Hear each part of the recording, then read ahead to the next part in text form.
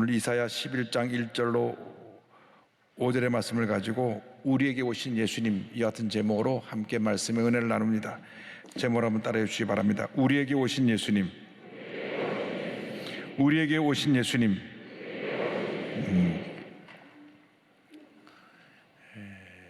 죄와 절망 가운데 살아가고 있는 온 인류를 구원하시기 위해서 예수님 오셨습니다. 예수님의 오심은 인류 역사 이래 가장 큰 기적이고 축복이고 은혜입니다. 예수님 탄생 약 700년 전에 이사야 선지자가 예수님께서 다윗의 반열을 통해 오실 것을 예언합니다. 이사야 11장 1절이 이렇게 시작됩니다. 이새의 줄기에서 한 싹이 나며 그 뿌리에서 한 가지가 나서 결실할 것이요. 다윗 왕의 아버지인 이새를 언급하면서 이새의 줄기에서 한 싹이 나고 그리고 그 뿌리에서 가지가 나서 결실할 것이라는 것을 라는 말씀을 통하여서 예수님이 오실 것을 예언하고 있습니다. 예수님은 과연 우리에게 어떤 모습으로 오셨습니까? 어떤 분으로 오셨습니까? 이사야는 그 예수님이 하나님의 영이 임하신 분으로 오셨다고 설명합니다. 11장 2절입니다. 그의 위에 야훼의 영, 곧 지혜와 총명의 영이요 모략과 재능의 영이요 지식과 야유를 경외하는 영이 강림하시리니. 예수님은 다윗 왕의 계보에서 오셨지만은 성령으로 말미암아 잉태되어 마리아의 몸을 빌려 이 땅에 오신 것입니다. 마태복음 1장 18절은 설명합니다. 예수 그리스도의 나심은 이러하니라. 그의 어머니 마리아가 요셉과 약혼하고 동거하기 전에 성령으로 잉태된 것이 나타났더니. 기독교 신앙의 신비 가운데 하나가 예수님이 성령으로 잉태되신 것입니다. 모든 사람은 남자로 잉태되어 여자의 몸을 빌려 태어납니다. 그런데 예수님은 남자의 후손이 아니라 성령으로 잉태되어 여자의 후손으로 탄생하신 것입니다. 사탄이 뱀에게 들어가서 인류의 조상 아담과 하와를 꼬여 선악과를 먹게 하고 타락시켰습니다. 그때 하나님께서 저들의 죄를 지적하시고 벌을 내리시는데 뱀에게 벌을 내리시면서 이와 같이 말씀하셨습니다. 창세기 3장 15절입니다. 내가 너로 여자와 원수가 되게 하고 내 후손도 여자의 후손과 원수가 되게 하리니 여자의 후손은 내 머리를 상하게 할 것이요 너는 그의 발꿈치를 상하게 할 것이니라 하시고, 여기 보니까 여자의 후손이 너의 머리를 밟을 것이다. 예수님이 여자의 후손으로 오셔서 사탄의 머리를 밟을 것을 예언하신 말씀인 것입니다. 예수님의 일생은 성령님과 함께 하신 일생입니다. 성령님으로 잉태되셨고 침례를 받을 때 성령이 임하시고 공생의 사역 내내 성령께서 함께 하셨습니다. 마태복음 3장 16절입니다. 예수께서 침례를 받으시고 곧 물에서 올라오실새 하늘이 열리고 하나님의 성령이 비둘기같이 내려 자기 위에 임하심을 보시더니, 예수님이 성령에 끌려 또 광야에 나가 시험을 받으십니다. 누가복음 4장 1절입니다. 예수께서 성령의 충만함을 입어 요단강에서 돌아오사 광야에서 40일 동안 성령에게 이끌리시며, 그리고 예수님은 성령의 능력으로 3년 반 공생의 사역을 잘 감당하셨습니다. 사도행전 10장 38절에 성경을 말씀합니다. 하나님이 나사렛 예수에게 성령과 능력을 기름 붓듯 하셨음에 그가 두루 다니시며 선한 일을 행하시고 마귀에게 눌린 모든 사람을 고치셨으니 이는 하나님이 함께 하셨습니다. 십자가 달리시 전날 밤 제자들과 마지막 만찬하는 자리에서 말씀을 전하실 때 성령께서 저희들에게 오셔서 주님의 일을 계승할 것을 말씀해 주셨습니다. 요목업 10장 26절입니다. 보혜사 곧 아버지께서 내 이름으로 보내실 성령, 그가 너에게 모든 것을 가르치고 내가 너에게 말한 모든 것을 생각나게 하리라. 주님이 부활로 승천하시기 전에 마지막 제자에게 분부하신 말씀도 성령의 충만을 받으라는 것입니다. 사도행전 1장 4절 5절입니다. 사도와 함께 모이사 그들에게 분부하여 이르시되 예루살렘을 떠나지 말고 내게서 들은 바 아버지께서 약속하신 것을 기다리라. 요한은 물로 침례를 베풀었으나 너희는 먼 날에 못되어 성령으로 침례를 받으리라 하셨느니라. 우리는 예수 믿고 나서 반드시 성령의 충만함을 받아야 됩니다. 자꾸 넘어지고 상처받고 실수하고 문제 가운데 빠지게 되는 것은 성령 충만하지 않아서 그렇습니다. 성령 충만하면 우리가 어떤 문제와 어려움도 넉넉히 이길 수 있게 되는 것입니다.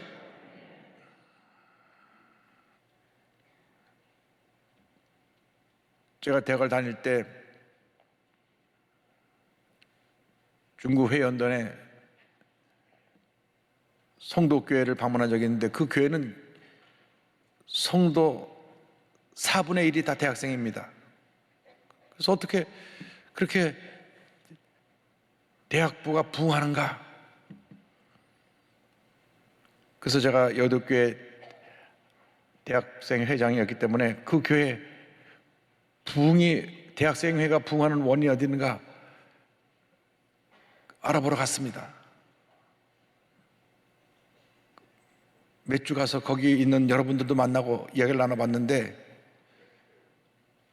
그 대학부를 지도하는 목사님이 이름이 좀 독특하시더라고요. 옥한흠이라는 목사님이신데 나중에 사랑의 교회 창립하시고 큰 사역을 하시고 천국가셨는데 옥한흠 목사님이 대학부 지도교사로 있으니까 그 가르침 때문에 대학생들이 몰려왔습니다. 근데 대학부 회장을 지나고 청년부 회장을 하고 있는 박성수라고 하는 분을 제가 가서 만났습니다. 그분이 저한테 그런 말 합니다.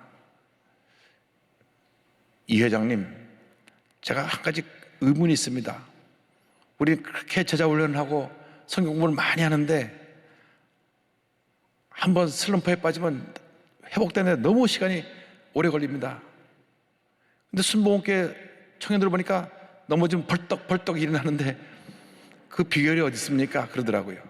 그래서 제가 그것이 바로 성령 충만을 받느냐 못 받느냐 그 차이가 있습니다. 그렇게 말씀드렸던 기억이 납니다. 그분이 나중에 미국 갔다 오니까 이랜드그룹 회장이 되셨더라고요. 성령 충만 받아야 됩니다. 어떤 문제에도 우리가 넉넉히 이기고 승리할 수 있는 삶을 살기 위해서는 첫째도 성령 충만, 둘째도 성령 충만, 마지막도 성령 충만입니다. 에베소 5장 18절을 말씀합니다. 술 취하지 말라 이는 방탕한 것이니 오직 성령으로 충만함을 받으라. 성령으로 충만함을 받으라. 성령으로 충만함을 받으라. 성령의 충만을 받으시길 바랍니다. 예수님은 성령으로 충만함 받으신 분이었고 둘째로 공의로 세상을 다스리는 분이셨습니다. 성경 이사야 11장 4절 5절을 말씀합니다. 공의로 가난한 자를 심판하며 정직으로 세상에 겸손한 자를 판단할 것이며 그의 입의 막대로 세상을 치며 그의 입술의 기운으로 악인을 죽일 것이며 공의로 그의 허리에 띠를 삼으며 성실로 그의 몸에 띠를 삼으리라. 공의라는 것은 무엇이냐? 하나님께서 지은 인간이 불공평하게 취급을 당하거나 억울한 일을 당하지 않고 모두가 동등하게 존중함을 받는 것입니다. 뭐 더 많이 배웠다고, 더 많이 가졌다고, 어떤 권력자의 위치에 있다고, 그래서 신분에 따라서 사람이 차별당하거나 불이익을 당하는 것, 그런 것이 없는 것을 말합니다. 알게 모르게 가진 사람들은 교만해서 없는 사람들을 무시합니다. 그것은 공의롭지 못한 것입니다. 공의는 공평과 정의가 합쳐진 것입니다. 모든 사람에게 공평하고 정의가 실행되는 것이 바로 공의인 것입니다. 예수님이 이 땅에 오셔서 공의를 실천하셨습니다. 예수께서 오셔서 소외되고 병들고 헐벗고 가난하고 무시당하는 사람들, 그 사람들을 사랑으로 섬기셨습니다. 그래서 이 세상을 깨어지대로 깨어져서 마음이 낮아진 사람들, 그 사람들을 공의와 사랑으로 품으시고 당시 권력자들, 교만한 종교지도자들을 꾸짖으셨습니다. 그들은 자기의 지위를 갖고 사람들을 무시하고 교만해서 아무에게나 함부로 하고 하나님의 사랑을 실천하지 못하는 그런 모습을 보였기 때문에 예수님이 그들을 꾸짖으신 것입니다. 오래전에 시골에서 개척교회를 하셨던 목사님의 말씀이 기억이 납니다. 본인이 신학교를 졸업하고 시골에 내려가 조그만 교회를 개척했는데 사람도 모이지 않고 너무 힘들어서 매달 서울에 있는 큰 교회에서 생활지원비를 받다고 합니다. 그래서 한 달에 한 번씩 서울에 올라가서 그 큰 교회에 가서 교회에서 주는 지원비를 받아오는데 어느 날 연락이 오기를 마지막 주일날 오후에 좀 들리라 그래서 갔더니 주일 저녁 예배가 막 시작되려고 하는 참이었습니다. 성도들이 오는데 그 재정 맡은 장로님이 문 앞에서 성도를 막 반갑게 인사하면서 맞이합니다. 어떤 분에게는 막 정중하게 90도 절을 하면서 오셨냐고 인사하고 맞이하는데 본인이 그분에게 다가서 반갑게 인사를 하니까 이렇게 쳐다보더니 왔어? 큰 충격을 받았습니다. 내가 시골에 개척교회 전도사고 보잘것도 없고 초라하지만 저분의 앞에 비춰진 나의 모습은 또 돈 얻으러 왔어? 구걸하는 사람의 모습으로밖에 보이지 않는구나. 그날 이후로 그 교회 발을 끊고 엎드려 기도하고 또 기도하고 또 기도하고 주님만 바라보았더니 하나님께서 교회에 큰 부흥을 허락해 주셨다는 간증입니다.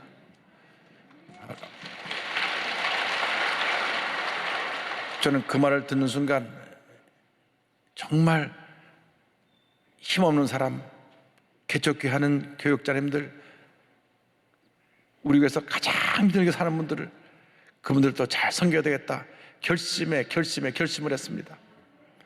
이번에 코로나19가 2년째 계속되어서 또 하나 오미크론인지 뭔지 듣도 보지 못한 게 나와가지고 얼마나 우리를 힘들게 하는지 너무 고통당하는 분이 많아서 제가 당의 장로님들과 의논해서 우리 교회에서 통 큰 결단을 했습니다. 우리 교회 모든 고통을 받는 영세 소상인들에게 다 100만 원씩 지원을 하고 그 다음에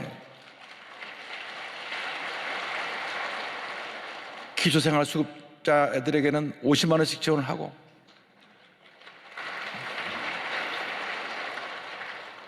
아이를 둘 낳은 가정은 50만 원, 셋 낳은 가정은 무조건 100만 원 묻지 말고 다 주자.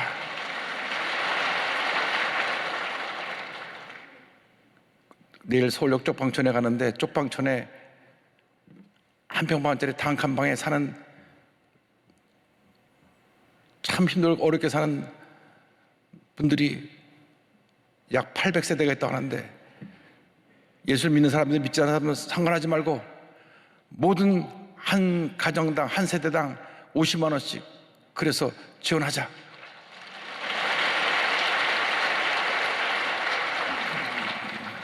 그래서 100억을 내놨습니다. 할렐루야. 하나님께서 채워주실 것입니다. 우리가 이제 섬겨야 됩니다. 사랑으로 섬겨야 됩니다. 그것이 공의입니다. 공의라는 건 뭐냐 하면 누구에게나 똑같이 예우하고 존중히 여기는 것이 그것이 공의입니다. 이 공의는 사랑과 함께 가는 것입니다. 이사야 42장 3절은 말씀합니다. 상한 갈대를 꺾지 아니하며 꺼져가는 등불을 끄지 아니하고 진실로 정의를 시행할 것이며 심판의 때 고난당하고 병들고 소외된 자들에게 사랑을 실천한 자들에게 주님이 상급을 주실 것입니다. 마태복음 5장 34절로 36절을 말씀합니다. 그때 임금이 그 오른편에 있는 자들에게 이르시되 내 아버지께 복받을 자들이여 나와 창세로부터 너희를 위하여 예비된 나라를 상속받으라. 내가 줄일 때 너희가 먹을 것을 주었고 목마를 때 마시게 하였고 나그네 되었을 때 영접하였고 헐벗을 때 옷을 입혔고 병들었을 때 돌아보았고 옥에 갇혔을 때 와서 보았느니라. 40절에 임금이 대답하여 이르시되 내가 진실로 너에게 이르노니 너희가 여기 내 형제 중에 지극히 작은 자 하나에게 한 것이 곧 내게 한 것이니라 하시고. 할렐루야. 여러분 모두가 귀한 사랑을 실천하는 주님의 복된 자녀들이 다 되시기를 바랍니다. 주님의 공의가 임할 때 이 땅이 평화롭게 되는 것입니다. 이사야 32장 10절을 말씀합니다. 공의의 열매는 화평이요 공의의 결과는 영원한 평안과 안전이라. 오늘 성경은 셋째로 평화의 왕으로 오신 예수님에 대하여 말씀합니다. 예수님이 다스릴 나라에 대해서 그 성경 말씀이 이렇게 이어집니다. 11장 6절 8절에 그때에 이리가 어린 양과 함께 살며 표범이 어린 염소와 함께 누우며 송아지와 어린 사자와 살찐 짐승이 함께 있어 어린아이에게 끌리며 암소와 곰이 함께 먹으며 그것들의 새끼가 함께 엎드리며 사자가 소처럼 풀을 먹을 것이며 젖먹는 아이가 독사의 구멍에서 장난하며 젖된 어린아이가 독사의 굴에 손을 넣을 것이라. 이것이 주님이 다스리는 평화의 나라입니다. 하나님을 떠나 죄 가운데 살아간 우리의 인생의 역사는 분쟁, 다툼, 끝없이 죽고 죽는 전쟁의 역사였습니다. 더 많은 것을 가지려고 하는 탐욕이 이렇게 인류 역사를 죄와 절망, 전쟁과 피해, 고통의 사회로 이 세상을 만들어 놓았던 것입니다. 버트란드 러셀은 말하기를 인류는 역사의 93% 전쟁을 해왔고 7% 기간만이 평화였다. 그런데 그 평화의 기간도 다음 전쟁을 위한 준비 기간이었다. 윌리엄 듀란트 미국 역사학자가 말합니다. 역사에 기록된 3421년 중 전쟁이 없었던 해는 268년에 불과하다. 끊임없이 전쟁이 계속되고 또 계속되고 있었던 것입니다. 주님께서 모든 전쟁을 종식시키고 참된 평화를 가져주시기에 이 땅에 오신 것입니다. 예수님이 탄생하셨을 때 천사들이 하늘에서 찬송했습니다. 누가복음 2장 14절입니다. 지극히 높은 곳에서는 하나님께 영광이요 땅에서는 하나님이 기뻐하신 사람들 중에 평화로다 하니라. 우리 모두가 평화의 사도가 되어야 하는 것입니다. 손에 든 미움과 분노, 비판의 돌을 내려놓고 사랑과 용서로 우리 하나가 되어야 합니다. 더 이상 서로 물고 뜯고 끌어내리고 상처를 주고받는 일을 하지 말아야 될 것입니다.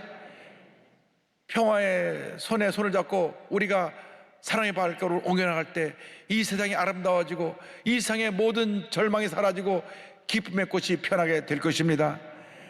우리를 통하여 용서와 사랑, 평화의 물결이 차고 넘쳐나도록 우리 모두가 힘을 모아야 할 것입니다. 유명한 노벨상 문학 작가요 필리츠상을 받은 펄보 여사가 있습니다.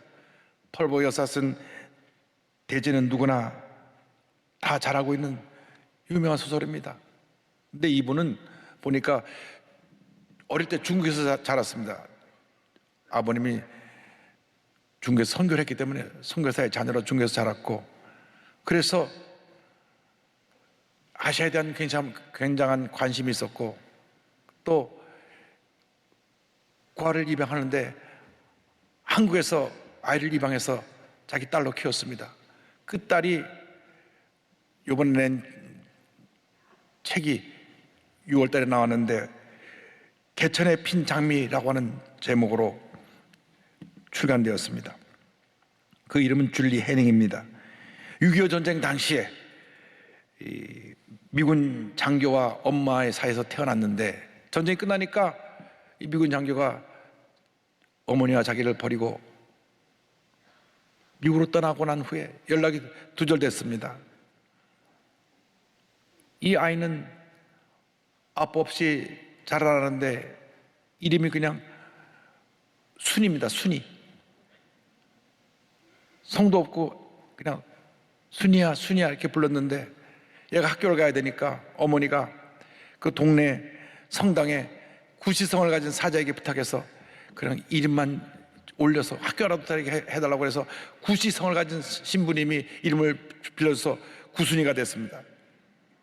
그래가지고 학교를 다녔는데 그 어머니가 쪽방촌에 살면서 너무너무 힘들어가지고 이 아이를 펄벅 재단에 그 고아원에 맡겨놓고 본인은 스스로 세상을 떠났습니다.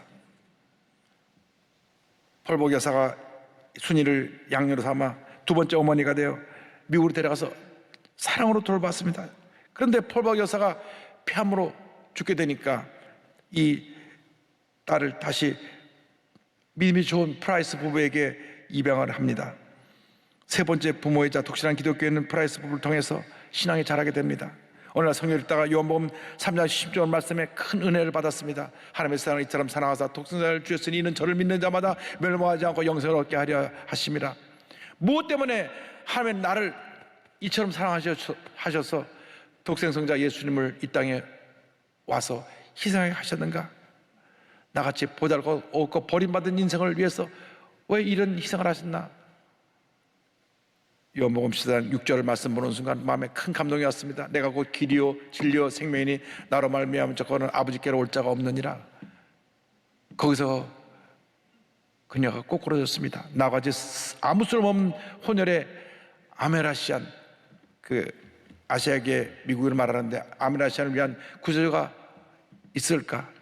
모든 걸 이해하지 못해도 예수님이 당신의 아들이라는 것을 믿겠습니다. 그래서 자기는 남은 여생 내가 주님을 위해 살겠습니다 고백하고, 그가 대학을 졸업한 후에 중학교 수학 선생님이 돼가지고 25년 동안 학생들에게 수학을 가르치는 가운데 학교에서 좋은 동료 교사를 만나서 같이 결혼을 했습니다. 근데 그 결혼한 남편이 나중에 목사가 됐어요. 더그 해닝, 이분과 함께 지금까지 귀한 사역을 감당하고 있는데, 세상 사람도 그녀를 혼혈하라고 사생하라고 조롱했지만 하나님은 그녀를 보호하셔서 이 줄리 해닝처럼 상처 입은 과거를 가진 사람들을 다 사랑으로 돌볼 수 있는 귀한 주님의 일꾼으로 세워주신 것입니다. 할렐루야. 다문화 가정의 삶과 인권에 대해서 1981년부터 지금까지 수많은 교회와 사회기관, 대학에서 연설하고 워싱턴 DC 의회에 나가 청문회에서 또 그들의 인권에 대해서 설명을 하고 뉴욕 카네기 홀에서도 연설했던 그 큰 주님의 일꾼이요, 주님의 종으로 쓰임받고 있습니다. 그녀가 고백합니다. 나는 아무것도 몰랐을 때에도 하나님은 나를 향한 계획과 목적이 있으셨다. 그분은 내가 새롭게 만들어진, 그리고 남들에게 핍박받을 인종으로 태어나는 걸 허용하셨다. 수많은 혼혈 아메라시안들이 낙태를 당할 때 그분은 나를 보호해 주셨다. 조롱의 대상이던 그 많은 세월을 통하여 언제나 나에게 최고의 것을 주고 싶어하던 애정어린 엄마를 그분은 예비해 주셨다. 하나님은 자신이 만드신 각각의 고유한 생명을 최고의 걸작품으로 만들어내기 위한 목적과 계획을 갖고 계신다. 할렐루야. 그녀는 미군 창고에서 버려진 혼혈하여 사생하여 그로 인해 고원에 버려진 고아였지만 예수님이 그녀의 운명을 바꿔놓았습니다. 예수님이 그녀를 이렇게 훌륭한 지도자로 바꿔놓으시고 귀한 사명을 감당하게 만들어 주신 것입니다. 예수님을 만나 여러분의 운명이 바뀌어지게 되기를 바랍니다. 예수님을 만나 성령의 사람으로 공의와 사랑을 실천하는 주님의 일꾼으로 평화의 사도로 쓰임받게 되기를 바랍니다. 예수님이 여러분의 삶의 왕으로 오시기만 하면 하나님의 놀라운 은혜가 임하고 하나님의 축복이 여러분 한평생 여러분과 함께하게 될 것입니다.